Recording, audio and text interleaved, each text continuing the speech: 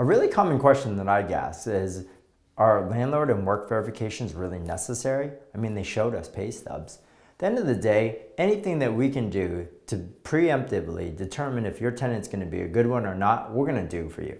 Nothing's necessary in this world. There's a difference between need and want, but we're going to do everything we can to prepare. And prior planning prevents poor performance.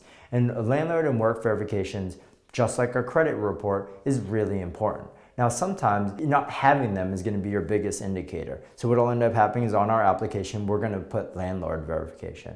And if they don't put it and they're not giving it to it, maybe that means they have a horrible relationship with their landlord and that you just don't want them.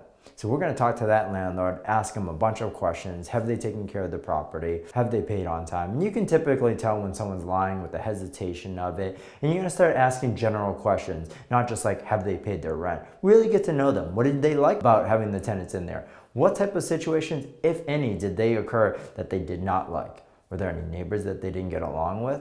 Why do you think that they're moving, right? These are all things that when you start asking open-ended questions, people start listening. Do not just assume and jump to, oh, they're great tenants. Great. Anybody will say that to get you off the phone, right? In addition, you're going to want to set time with these landlords in advance so they're not in the middle of cooking dinner with their family. You want to say, hey, Mr. Landlord, I want to talk to you at 3 o'clock on a Tuesday. Would you have a couple minutes to be able to talk to me about, prospective tenants? It's really, really important to me.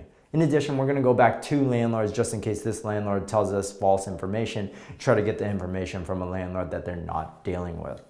In regards to work verifications, if you have things like pay stubs, that's great. It shows how much they're being paid, but you want to know if they show up on time. Are they disrespectful? Do they get along with other people? Right? All these type of things. What type of personality do they have? And if they have a manager or a boss or coworker, again, it's one of those type of situations where it's just additional work for us to be able to make sure that they're qualified, not just from a financial aspect of being able to pay their bills, but someone that we want to deal with as tenants and be able to have a good relationship. Imagine if someone said, nope, they fight with people all the time, or nope, kind of show up whenever they want and then they give me a hard time about it. These are people that we may not want. So we're not looking, again, just for the basics of good tenant, pays their rent, can make their rent payment, has a paycheck. We ask the questions that matter. You've reached the end of this video and you are now one step closer to becoming the landlord that you want to be. With easy to follow guides and self-paced exercises crafted from decades of experience, you're sure to learn everything you need to know and nothing that you don't. Check out the description for more details.